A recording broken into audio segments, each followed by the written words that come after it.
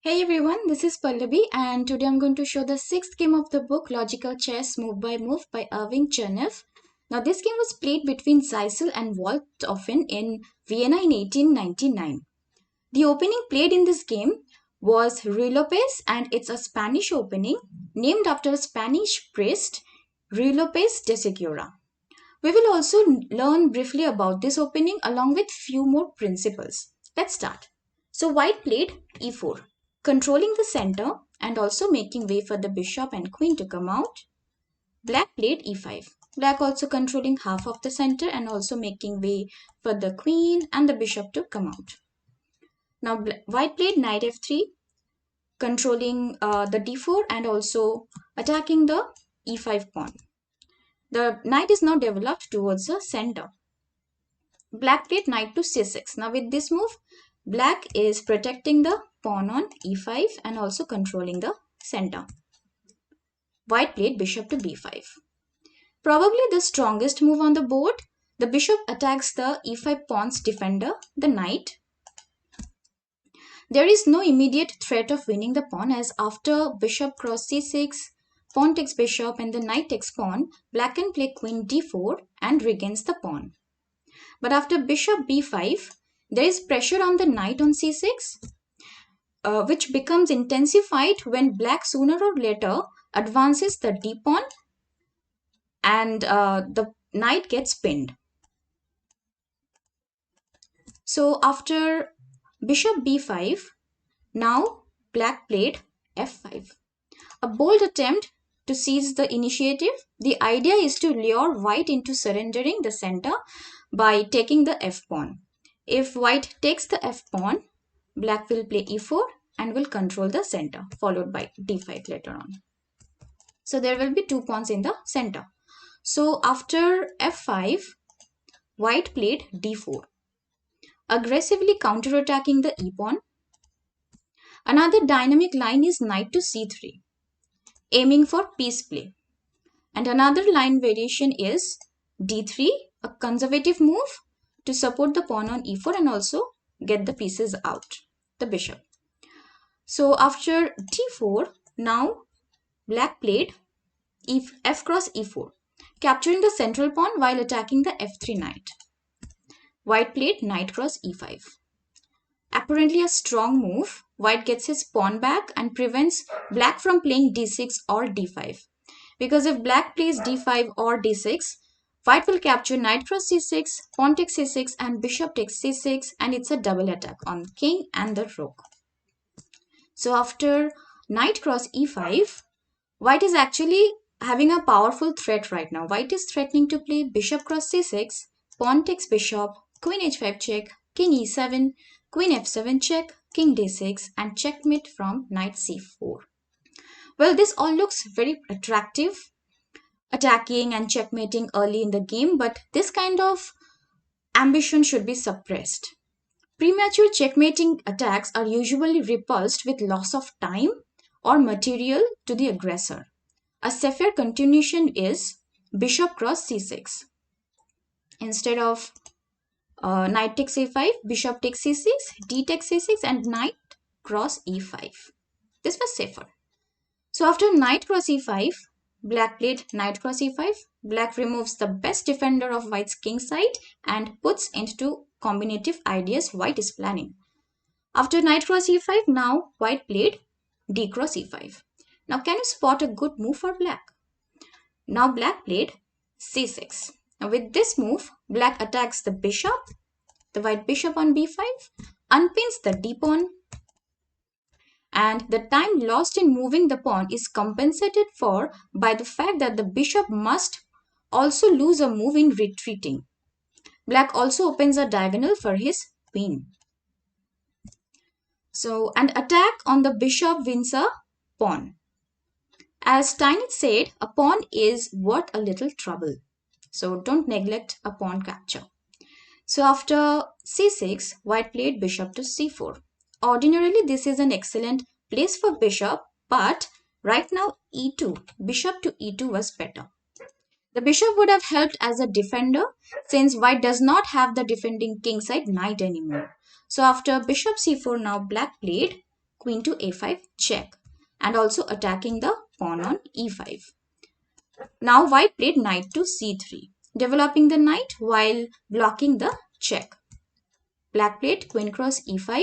Now black has won a pawn, which is a good start toward winning the game. His aim is to get an attack rolling in the direction of white's defenseless king side. So after this, white played short castle. It's plausible and bad. Since black is intending to attack towards the king side, white should develop his queenside pieces and should have castled later on the queen side. So after short castle, now black played d5. Now that's a good move and obvious. Seizing the center, also attacking the bishop on c4 and making way for his bishop to come out and creating a pawn chain right here. Now white played bishop to b3. Here also bishop to e2 was preferable as to overlook two diagonals here. So after bishop to b3, black played knight f6, organizing a kingside attack by simple process, which is developing pieces. When you develop pieces, the pieces are ready to attack and also to defense. So after knight f6, now white played bishop to e3, partly to prevent black from playing bishop to c5. And partly to dislodge the black queen by playing bishop to d4 or queen to d4. So there will be no queen on the center. Now white played bishop d6, another good move. This move not only develops his bishop, but also threatens to checkmate on h2. Queen takes h2 and it's a checkmate. Now, which will force white to move one of his defending pawns, and that would weaken white's castled king's pawn structure. As I said earlier also in previous videos, if you move one of the pawns in front of your castled king, it becomes weak, the pawn structure gets loosened up. So after bishop to d6, white played g3. The only difference, as others like f4, black would capture e cross f3 and en passant, and then queen cross f3 and queen cross h2 check, king f2 and bishop g4, and black wins. So after white played g3, black played bishop to g4, making use of another piece in the attack. White has weakened the f3 and the h3 square by moving this g pawn. As these squares are no longer guarded by the g-pawn, these squares are now holes, as Steinitz first named them. Enemy pieces that settle themselves on these squares stand firm, as no pawns can ever drive them away. The bishop now attacks the queen with the object of placing himself on f3. Now, an f3 without loss of time actually. So after that, white played queen d2. Had white played knight e2, then queen h5, pinning the knight, putting pressure on the pinned knight, and let's say white plays rook e1, then queen h3, followed by bishop f3 and queen g2 checkmate. So that's why white played queen to d2. Now black played bishop to f3. Now taking control of the weak squares in enemy's position, now white played bishop to f4, hoping that black would play queen e7. In that case, bishop takes d6, queen takes d6, and queen to f4, and the exchanges would ease the tension on the kingside attack. So after bishop to f4, black played a sacrificing move, queen f5, sacrificing the bishop and threatens to enter at h3, followed by checkmate from g2. So white played knight to d1, planning to play knight e3 and guard the h2 square. So after knight d1, now black played queen to h3, and then it's planning to checkmate from queen g2, and now white played knight to e3, defending the checkmate. So after this, now black played knight to g4. Now the checkmate threat is on h2, queen cross h2, and it's a checkmate with the support of the knight. Now white played rook f c1, making room for the king, but it doesn't work anymore.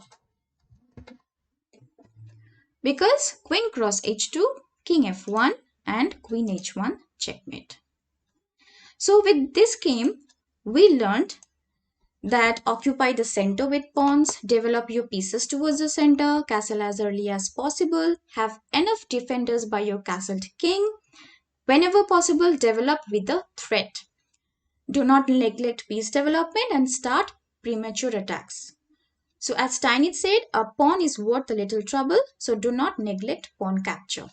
And occupy weak squares or holes in enemy's position with your pieces. So I hope you all learned from this game. And thank you for watching. Please like, comment, share and subscribe to my channel. I'll see you in the next video. Thank you all. Bye.